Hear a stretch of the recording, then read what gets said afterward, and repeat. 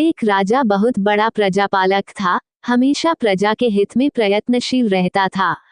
वो इतना कर्मठ था कि अपना सुख, ऐशो आराम सब छोड़कर सारा समय जन कल्याण में ही लगा देता था। यहाँ तक कि जो मोक्ष का साधन है अर्थात ईश्वर भजन, उसके लिए भी वह समय नहीं निकाल पाता था।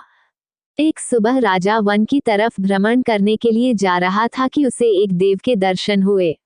राजा ने देव को प्रणाम करते हुए उनका अभिनंदन किया और देव के हाथों में एक लंबी चौड़ी पुस्तक देखकर उनसे पूछा, महाराज, आपके हाथ में यह क्या है? देव बोले, राजन, ये हमारा बही खाता है, जिसमें सभी भजन करने वालों के नाम हैं। राजा ने निराशायुक्त भाव से कहा, कृपया देखिए तो इस किताब में कहीं मेरा नाम भी है या नहीं। देव महाराज किताब का एक एक पृष्ठ उलटने लगे, परंतु राजा का नाम कहीं भी नजर नहीं आया। राजा ने देव को चिंतित देखकर कहा, महाराज, आप चिंतित ना हो, आपके ढूंढने में कोई भी कमी नहीं है। वास्तव में ये मेरा दुर्भाग्य है कि मैं भजन कीर्तन के लिए समय नहीं निकाल पाता, और इसीलिए मेरा नाम यहाँ नहीं है। उस दिन राजा के मन में आत्मगलन सी उत्पन्न हुई, लेकिन इसके बावजूद उन्होंने इसे नजरअंदाज कर दिया और पुनः परोपकार की भावना लिए दूसरों की सेवा करने में लग गए। कुछ दिन बाद राजा फिर सुबह वन की तरफ टहलने के लिए निकले तो उन्हें वही देव महाराज के दर्शन हुए। इस बार भी उनके हाथ में एक पुस्तक थी। इस पुस्तक के रंग और आकार में बहुत भेद था, और यह पहली वाली से काफी छोटी भी थी। राजा ने फिर उन्हें प्रणाम करते हुए पूछा, महाराज, आज कौन सा बही खाता आपने हाथों में लिया हुआ है? देव ने कहा, राजन, आज के बही खाते में उन लोगों का नाम लिखा है जो ईश्वर को सबसे अधिक प्रिय हैं।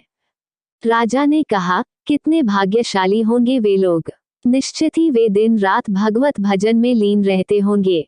विस्मयादिबोधक चिन्ह, क्या इस पुस्तक में कोई मेरे राज्य का भी नागरिक है? देव महाराज ने बही खाता खोला, और ये क्या, पहले पन्ने पर पहला नाम राजा का ही था। राजा ने आश्चर्यचकित होकर पूछा, महाराज, मेरा नाम इसमें कैसे लिखा हुआ है? मैं तो मंदिर भी कभी कभार ही जाता हूँ। देव ने कहा, राजन, इसमें आश्चर्य की क्या बात है? जो लोग निष्काम होकर संसार की सेवा करते हैं, जो लोग संसार के उपकार में अपना जीवन अर्पण करते हैं, जो लोग मुक्ति का लोभ भी त्याग कर प्रभु के निर्बल संतानों की सेवा सहायता में अपना योगदान देते हैं, उन त्यागी महापुरुषों का भजन स्वयं ईश्वर करता है। ऐ राजन, तू मत पछता कि तू पूजा पाठ नहीं करता, लोगों की सेवा कर, तू असल में ईश्वर की ही पूजा करता है। परोपकार और निस्वार्थ लोक सेवा किसी भी उपासना से बढ़कर हैं। देव ने वेदों का उदाहरण देते हुए कहा, कुर्वन्नेवे कर्माणि जिजीविषेच्छः समाह एवान्त्वापनान्यतो अस्ति व कर्म लिप्यते नरे। अर्थात कर्म करते हुए 100 वर्ष जीने की इच्छा करो तो कर्म बंधन में लिप्त हो जाओगे। राजन, ईश्वर दीनदयालु हैं, उन्हें खुशामद नहीं भाती बल्कि आचरण भाता है। सच्ची भक्ति तो यही है कि परोपकार करो, दीन दुखियों का हित साधन करो। अनाथ, विधवा, किसान व निर्धन आज अत्याचारियों से सताए जाते हैं, इनकी यथाशक्ति सहायता और सेवा करो, और यही परम भक्ति है। राजा को आज देव के माध्यम से बहुत बड़ा ज्ञान मिल चुका था, और अब राजा भी समझ गया कि परोपकार से बड़ा कुछ भी नहीं, और जो परोपकार करते हैं वही ईश्वर के सबसे प्रिय होते हैं। मित्रों, जो व्यक्ति निस्वार्थ भाव से लोगों की सेवा करने के लिए आगे आते हैं, परमात्मा हर समय उनके कल्याण के लिए यत्न करता है।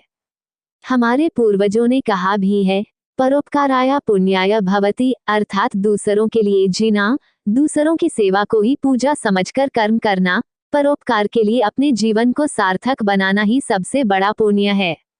और जब आप भी ऐसा करेंगे तो स्वतः ही आप वही ईश्वर के प्रिय भक्तों में शामिल हो जाएंगे। कहानी अच्छी लगी हो तो चैनल को लाइक और सब्सक्राइब जरूर कर दें, और कमेंट शेयर करना ना भूलें। आपका बहुत धन्यवाद।